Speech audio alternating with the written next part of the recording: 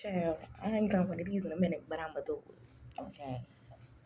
Yeah, I need to block that because y'all don't even know my business. But anyway, anyway, this situation got the internet in shambles, which is Funky Dineva versus Tamar Braxton for the umpteenth time. Anybody that is true Tamar fans, as well as anybody that's Funky Dineva fan, knows that back in the day, they did not like each other. Well, I'm not even gonna say that Funky didn't like her. I think his commentary on um, the Braxton show in her career wasn't always flattering to her, which i.e. made them beef. Because, she the type that can run her mouth about everybody, but can't nobody say nothing bad about her. You see how she treat her own sisters in that regard. So it's not gonna be far fetched that she carries that across the board with everybody, which I can respect because at least she ain't phony with it. That's genuinely just her stance. That's how she is, right?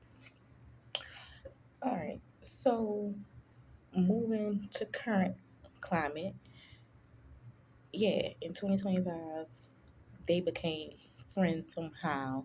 They've been down to the bar together, been at each other's houses, spending Thanksgiving and whatnot together. So they built a friendly rapport. They were in Miami kicking it recently, and some way, somehow, old girl post that she woke up in a pool of blood with some teeth missing. Funky said he wasn't with her up in her room, up in her bed. He don't know what was going on. He just know the next morning he got a text message saying that she needed Dr. Heavenly's number. Everybody that knows Funky know Funky and Dr. Heavenly are like this. So it's not far fetched. Oh, let me hit him up for the number. All right, cool. No shame in none of that, right?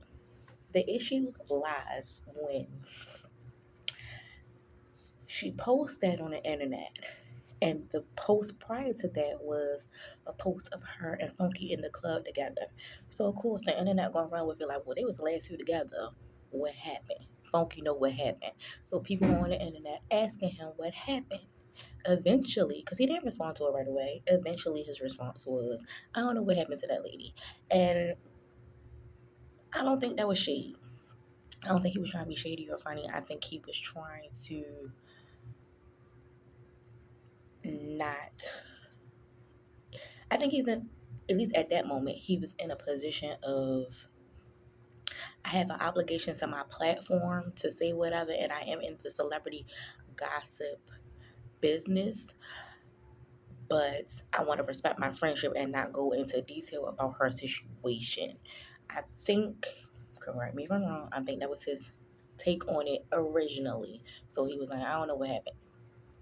Fair. Trying to be neutral. You're not trying to blur the lines between this is my career and this is my newfound friend.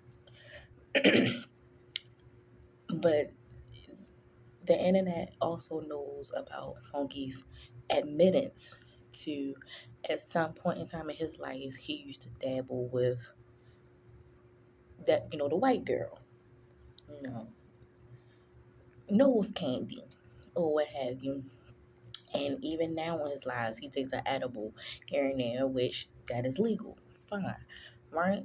So I think just the world was trying to put two and two together, was trying to be their own Sherlock Holmes, and made the situation bigger than what it was. And then Tamar didn't help it by not coming to his defense and saying, he ain't do nothing to me. He ain't beat me up, set me up. He ain't put nothing in my drink or my food or nothing. He ain't try to unalive me. It ain't that. Because she didn't say that, it became a thing.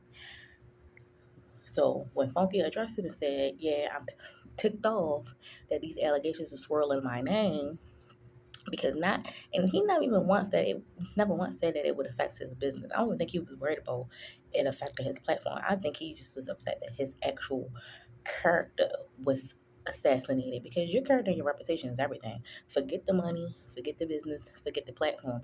I still have to walk around as me at the end of the day, outside of all of this. If he decides to disappear from YouTube or anything else there tomorrow, he is still Quentin Latham, and I think that was the thing for him. So when when he made his original video letting the folks know that Tamar finally came out on Instagram and was like, "Oh, no matter what, I love him. It's all good. He ain't do nothing to me," or something to that effect. I'm paraphrasing because I don't really remember. But kind of find out, she only let that stay up there for 15 minutes. Now, everybody knows if you post something on Instagram stories, it lasts 24 hours. The fact that you only let that up for 15 minutes and then you blocked him and stopped talking to him and you got your publicist having conversations with him and that was your friend enough to that you invited over to your home for Thanksgiving, that's crazy. That's a red flag, and you knew exactly what you was doing. And you used this incident to promote a daggone music video for that's coming from a new album of yours. And then you got the nerve to have Mendices, who was going through a quote unquote divorce, got rumors swirling around him that he's cheating.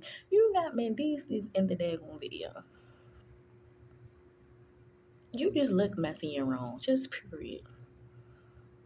Coming from a woman that allegedly was divorcing Vince because you caught him with Becky with the good hair. So you really gonna do a music video with Mendices right now? The timing and the climate is wrong and off. The morale behind it is off and wrong. And it's sad to say that we are now knowing her more for her shenanigans and her drama and her problematic narcissist behavior than her talent. Your talent not even getting you in rooms no more, sis. Because if you felt like this was the move to do, and if your team felt like this was the move to do, they knew your talent wasn't getting you in rooms no more. And we already knew that from when you invited Christian Rock to your show. You needed clout. You needed somebody with a name, with hype around you to even draw eyes to your situation.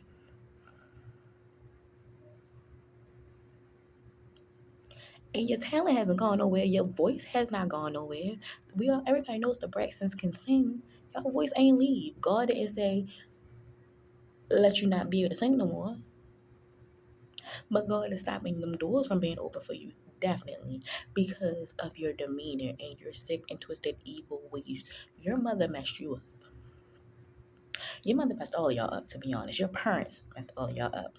I ain't gonna sit there and make it seem like y'all daddy wasn't wrong for cheating on y'all mama. But if y'all mama was anything back in the day like how she is now, then I could see why he ran him up and started messing with that lady.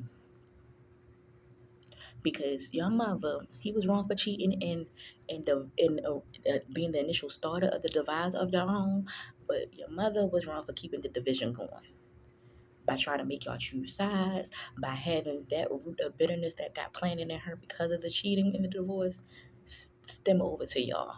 So now you have a spirit of chaos and confusion and depression and anxiety on you. You have in the Bible they call legions when you have several demons in you. That is Tamar.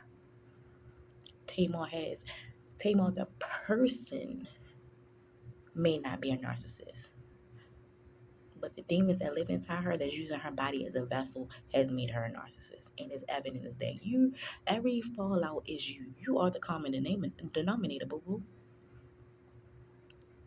You were guilty by omission. You was guilty by being quiet. Silence is complicity. I'm in law school right now. Silence is complicity. Omission of the truth is a lie, and the lie equals slander, in which you can sue for defamation of character and slander. If Funky wanted to take it politically, he would take you for the little bit left that you got, boo boo, because it ain't much. We seen you have to go on Big Brother to get some coins again.